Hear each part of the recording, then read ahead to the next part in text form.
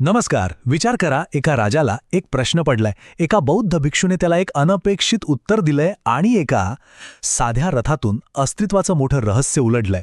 आज आपण याच अद्भुत कथेचा शोध घेणार आहोत. जरा विचार करून बघा, 10 वर्षांपूर्वीची एखादी व्यक्ती आणि आजची तीच व्यक्ती खरोखर एकच असते का? आपलं शरीर बदलतं, आपले विचार बदलतात, अरे आपल्या भावनासुद्धा बदलतात. मग असं काय आहे जे कायम राहतं?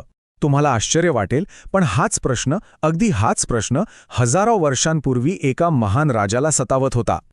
तर आपली ही कथा सुरू होते एक अशा राजापासून ज्याच्याकडे खरतर सगळं काही होतं, ज्ञानाचा अफाट साठा होता.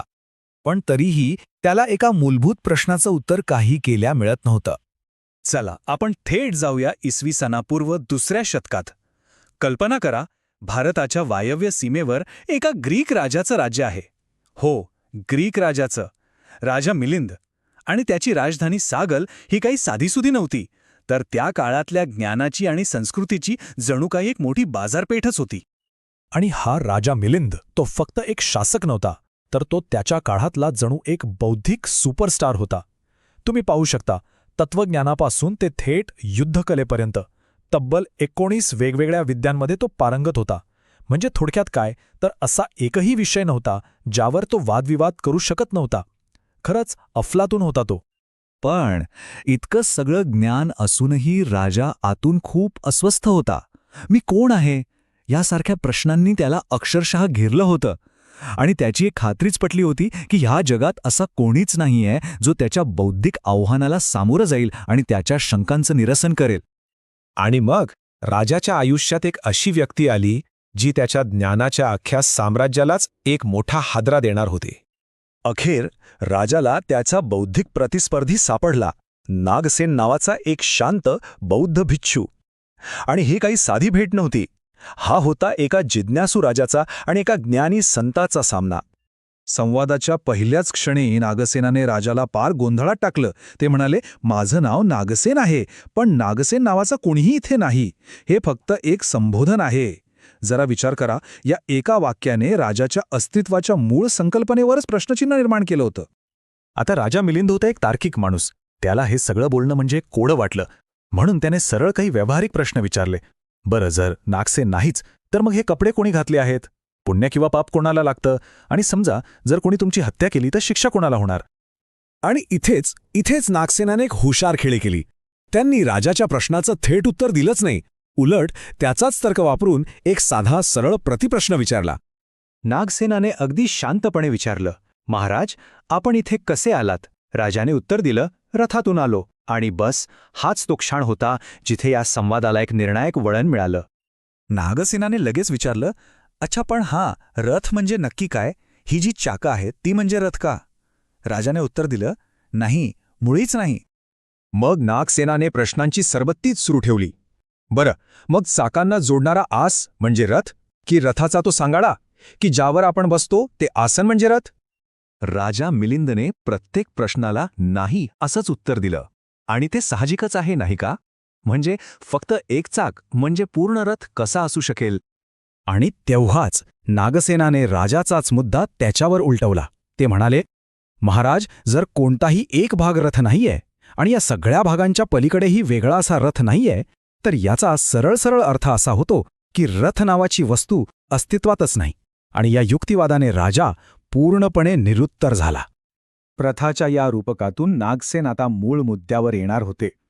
त्यांनी राजाला हे तर दाखवून दिलं होतं की आपण वस्तूंना कसं पाहतो, आणि आता वेळ होती म्हणजेच आपण स्वतः या संकल्पनेबद्दल बोलण्याची.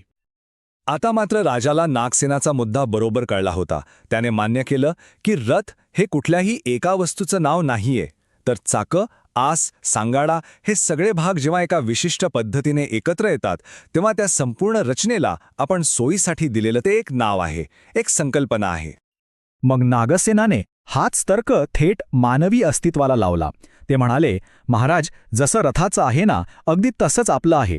व्यक्ती हे सुद्धा फक्त 5 घटकांच्या किंवा ज्याला आपण स्कंध म्हणतो त्यांच्या एकत्रीकरणाला दिलेलं एक नाव आहे.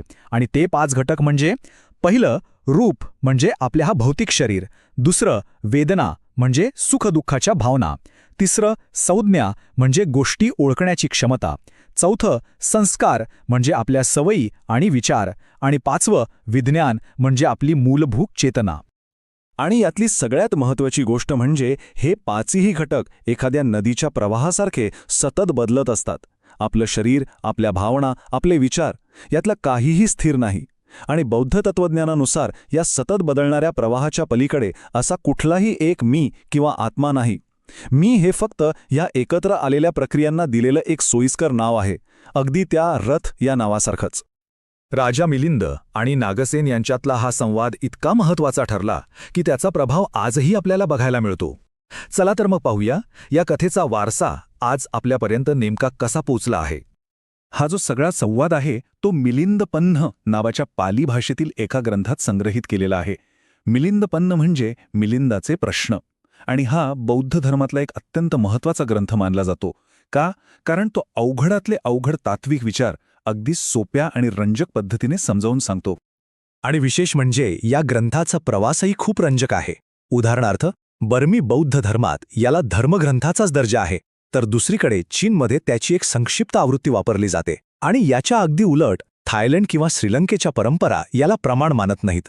यावरून एक गोष्ट लक्षात येते की एकाच कथेचे किती वेगवेगळे अर्थ लावले जाऊ शकतात. पण तुम्हाला एक गंमत माहिती आहे का? रथाचं हे जे प्रसिद्ध रूपक आहे ना, ते खरं तर नागसेनाने शोधलेलं नाहीये. त्यांच्याही आधी वजिरा नावाच्या एका बौद्ध भिक्षुणीने मार नावाच्या राक्षसाला स्व म्हणजे काय हे समजावण्यासाठी याच उदाहरणाचा वापर केला होता. यावरून या कल्पनेची ताकद आपल्या लक्षात येते. तर ही कथा आपल्याला पुन्हा त्याच मूळ प्रश्नावर आणून सोडते. जर स्व किंवा मी हे फक्त सतत बदलणाऱ्या भागांच्या संग्रहाला दिलेलं एक सोयीस्कर नाव असेल, अगदी त्या रथाप्रमाणे, तर मग तो मी कोण आहे जो प्रेम करतो, रागवतो किंवा स्वप्न पाहतो? कदाचित या प्रश्नाचं उत्तर शोधणं हेच आपल्या अस्तित्वाचं खरं रहस्य असेल.